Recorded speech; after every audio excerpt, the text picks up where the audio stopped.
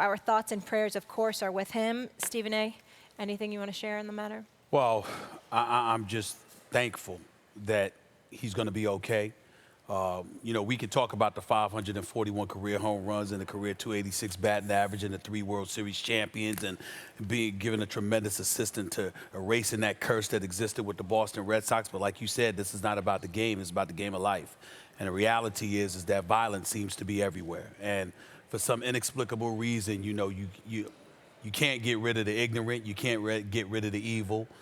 We hope not just as American citizens, but Canadian citizens, the world over, as just human beings, that you could ultimately eradicate this from our society. But unfortunately, no matter where you turn, evil just seems to be everywhere. And for this man, somebody to shoot this man in the back, you're talking about a guy, Max, that is philanthropic, very charitable with his time, his energy, his efforts, particularly to those in the Dominican Republic.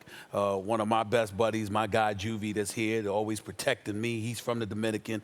Anybody that knows anything about Big Papi will tell you what a wonderful, wonderful human being he is and how much he cares about folks there. And that's why I do think it was a beautiful, beautiful thing that the person, the assailant in all of this, the crowd that was there ultimately caught him and beat him down and held him until the authorities got there to take him to the hospital before ultimately being arrested. So, there's a lot more love than hate in this world. Unfortunately, the hate that we see, unfortunately, definitely comes to the mind's eye because somehow, some way, we managed to experience that.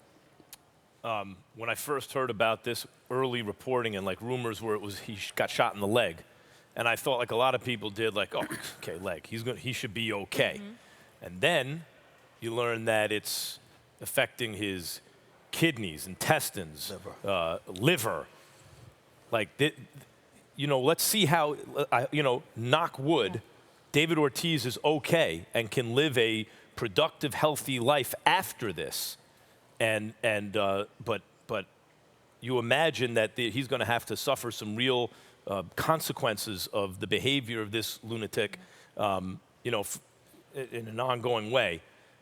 2 things you can say about someone in sports, right, that is like the highest compliment you can pay them on the field and off the field, are 2 things that apply to David Ortiz more than maybe any player of his era. Certainly no one has more of this stuff than he does.